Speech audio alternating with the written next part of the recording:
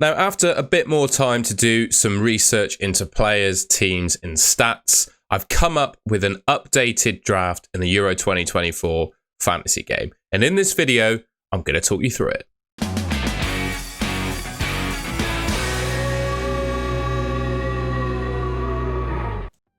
All right, just very briefly, because I covered this in the first draft video I made, I just wanted to go through, again, the basic kind of selection criteria that I'm looking at when selecting players.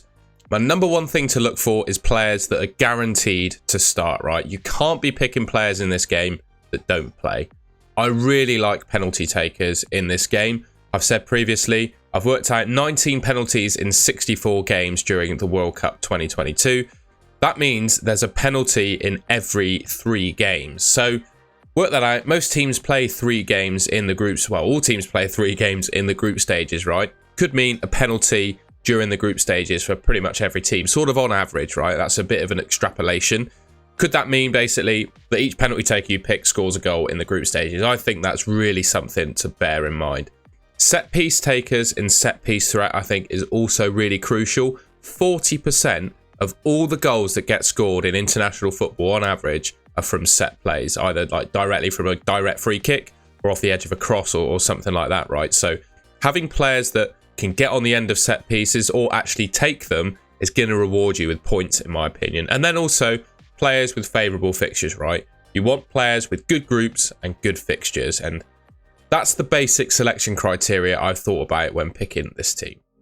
All right, then, starting off with the goalkeepers and defenders, I've gone for a double up of Verbruggen and De Boer. I'm pretty sure that's how you pronounce his name. Let me know in the comments if it's any different than that. Verbruggen, I think, is nailed on to start for the Netherlands. Again, like most players I'll talk about in this video, the friendlies and the warm-up games ahead of the Euros, I think, are going to be really telling in terms of understanding the way these teams are going to line up and the number one goalkeepers, basically. Verbruggen and Vlekken have been sharing minutes during qualifying and friendlies for the Netherlands, but I do think Verbruggen is the first choice goalkeeper. So I'm going to go for him, and I think the defence he has ahead of him is really, really strong. You think they've got Ake, De Ligt, Van Dijk, Frimpong, Dumfries, Daley Blind, Maatsen. You know, they're going to go probably 5 at the back with some really good players ahead of him and a decent midfield as well. So I do feel like the Netherlands are going to be pretty strong defensively, and I kind of hang my hat on him really as a goalkeeper. And ultimately, if it doesn't work out and we want to move him on in terms of different match days, etc., we could use a transfer, right? That's what transfers are there for. But for me, right now, I'm going to start with Verbruggen, and just to save a bit of cash, I've gone for De Boer as a 4.0 million goalkeeper.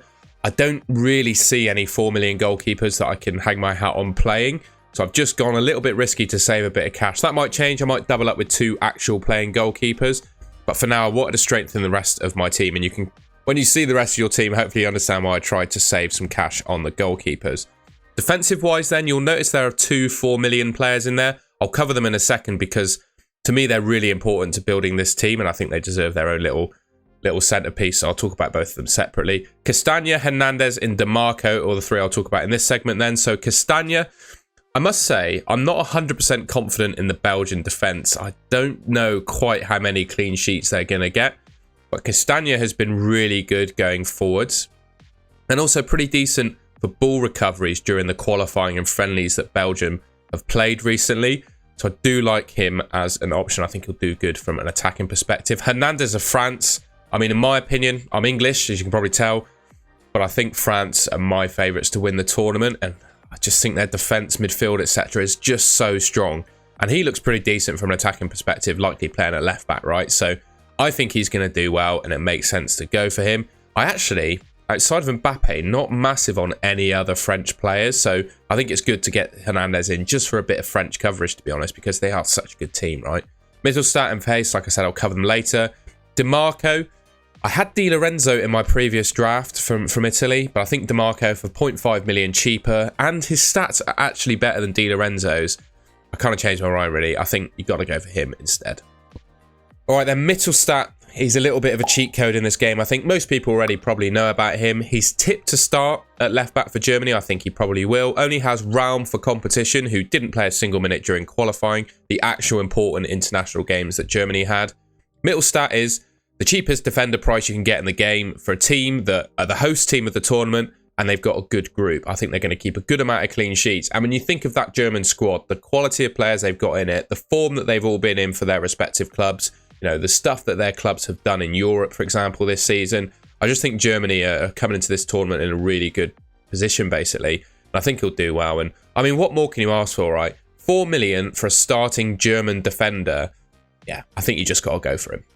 I mentioned when I talked about Castagna that I don't think the Belgian defence is the strongest, but Wout Faes at 4 million, I think you just may as well pick him, right? I don't really think you can get much better other than Mittelstadt at 4 million. He should be starting. I'm a championship season ticket holder, right? I live in Bristol and have a season ticket for Bristol City, so I've seen him a couple of times live in person this season. The guy is absolutely amazing on the ball. He frequently makes like blazing runs through the midfield from his defensive position.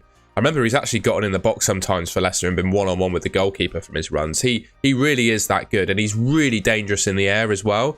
So I think from an attacking perspective, he'll probably get you some points during this tournament.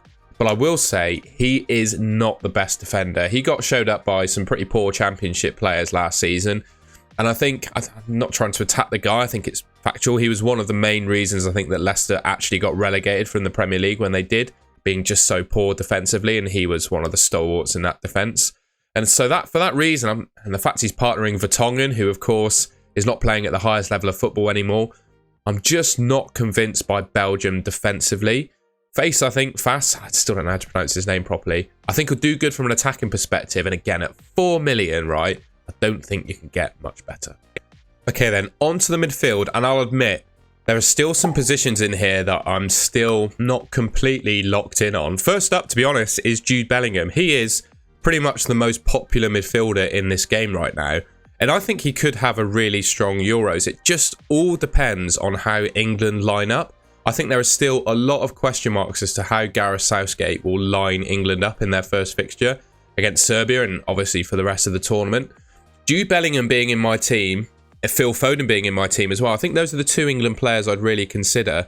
Maybe Saka as well, to be fair, because Saka, his position's kind of locked in, so you could go for all three of them, right? I think Bellingham's probably the stronger of the three if he plays in that sort of number 10 role behind the striker. Phil Foden could, of course, play there, and I think that probably makes him a really good option.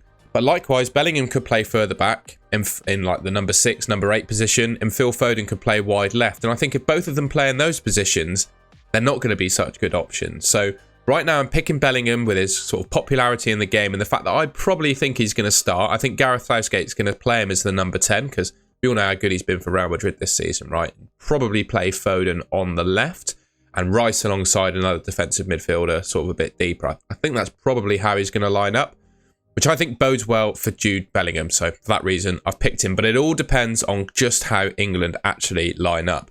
Ilkay Gundogan of Germany, he is their penalty taker, and he's likely to play as sort of the number 10 attacking midfielder, basically. I think he's a really nice option. I did previously have Florian Wirtz in there, who of course has had an amazing season for Leverkusen. But I just think with the fact he takes penalties, Gundogan is going to be a better option. Playing at number 10, we all know, he played a season basically at centre forward for Man City a couple of seasons ago, and he was absolutely fantastic there. And I think he could well come away with a fair few goals for Germany, particularly considering they usually play with Kai Havertz as like the out-and-out number 9. Who, of course, he's not a number 9, he's more of a false 9. And I think both him and Gundogan could interchange in those positions. Gundogan for large portion of the game, I think, could be the number 9, obviously, interchanging with Havertz. So at 7 million, he's nailed on to start, I think, and he's going to take penalties. With all those considerations around their formation, the fact he could be interchanging with Havertz, I think he's a great option. We'll skip over Jorginho because I'll cover him in a second. Hakan Çalhanoğlu of Turkey. That's a bit of a mouthful to say. I really like him as an option as well, and he ticks all my boxes in terms of being nailed on free kicks and penalties. He takes absolutely every set piece for Turkey. Free kicks, penalties, and I don't know if you've ever seen the guy take a free kick, but he is one of the best free kick takers in world football. Turkey had a really disappointing World Cup in 2022. I do expect them to come back to the Euros with a bit of fire under their bellies to try and improve on that. And I think Çalhanoğlu is their main man. With all those things considered, I really like him as an option, so I've gone for him. There are a couple of other players that I'm looking at, and I'll talk about them in a second. And then Bruno Fernandes. I think, yes, Ronaldo's going to take away probably his penalties and free kicks, but the guy has just been in insane form for Portugal recently. And I also just don't feel like Ronaldo is going to play all the minutes. So there's going to be times when Ronaldo isn't on the pitch and Bruno Fernandes is going to take those penalties and free kicks. So you'll see in my midfield that I did actually pick Jorginho, and historically, he is a really good player in international fantasy football games. He always seems to perform when he plays for Italy. I don't necessarily think he's the best midfielder at club level, but I think the international sort of style of football, the speed of play, the style, it really suits a player like Jorginho, and I think he's really good when he does play for Italy. I also think he's going to be decent for ball recovery points. There are a couple of question marks about him though, which is why I'm a little bit hesitant about picking him. First of all, there's a question mark as to whether he'll start. I think Italy have got a lot of options that could be playing in midfield for them right now. And he wasn't a nailed-on starter for Arsenal this season, right? He played in a fair few important games, of course, but he wasn't a nailed-on starter. So I definitely say there's a question as to whether he definitely starts for Italy. And also, I've seen reported that he's now not the Italy penalty taker. Now, I've not seen this 100% confirmed in a way that 100% convinces me, but it definitely leaves a question mark in my mind as to whether he's actually on pens. So I've got him in my team at the moment, but I'm very cautious and I know there are some question marks about him. Now, one player that didn't quite make it into this draft, and I also mentioned another one in here that I'm considering, and that's Granit Xhaka and also Shaqiri. Xhaka, really, it all depends on whether Shaqiri plays. If Shaqiri doesn't play, Xhaka should be on all of the set pieces, remembering that 40% of all goals from international football come from set pieces. That's going to be a really important thing for him to have. He's had 7 ball recoveries per game in qualifying, which means he's going to be really good for that bonus point. He's absolutely nailed. I'm pretty sure he's the Swiss national team captain now. And we all know how good he's been for Leverkusen this season, right? And I have a feeling he's going to be able to carry that sort of domestic and European form for Leverkusen over into the Euros. And I just have a feeling he's going to have a really good tournament. Again, I don't necessarily have any real numbers and evidence to base that off of. It's just a feeling that I think he's going to really play up to the occasion and have a good tournament. I also really like Shaqiri. I believe he's 0.5 million more than Xhaka. But if he does play, he's going to be on all the set pieces and pens. And traditionally, Shaqiri is excellent in international tournament fantasy football games. I'm not saying this to offend Shaqiri. He's not played at top level football for a while, and he is aging a little bit. So I'd put question marks on quite how nailed Shaqiri is and just quite how effective he's going to be in games in this tournament. So yeah, Xhaka and Shaqiri, I'm definitely considering for this team as well. Up front, I've got Lukaku, Kane and Mbappe, which is the same as I had in my previous draft, and I just can't stray away from picking these 3 players.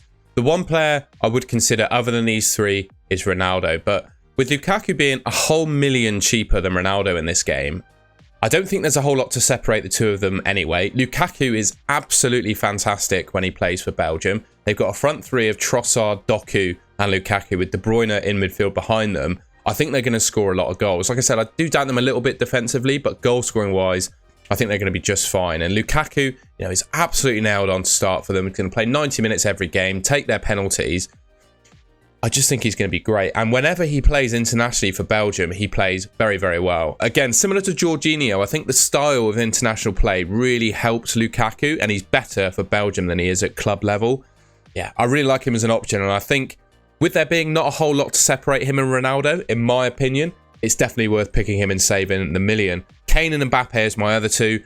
Ultimately, I think you just have to have those 2 in your team, really. They're the 2 best forwards, probably in world football right now, alongside Haaland. Yeah, you just got to go for them. I think they kind of pick themselves. That's the team. All right, and that's the end of the video. Another draft there with a little bit more, like I said, research and thoughts into players to pick, fixtures, penalty takers, all those kind of things. Managed to do a bit more research on that and updated my draft. Let me know what you think of it in the comments. Ultimately now, I think the only kind of things to decide are those couple of midfield positions which I spoke about, and then any injuries that come up that I need to deal with as well. Ultimately, how England line up, and whether Jorginho's on pens, and whether I want to stick with Çalhanoğlu, those are the kind of decisions I've got left. But I think this team is largely probably how I'm going to start off the tournament now. Let me know in the comments, like I said, what you think of the team and any players you'd pick that I necessarily haven't got. Be interested to hear that in the comments. Leave a like rating if you enjoyed the video. And if you want to see more videos from me, I'm going to be making plenty more before the Euros begins. You can subscribe to the Golden Goal channel, which should be just there on your screen. Thank you very much for watching, and I'll see you in my next video.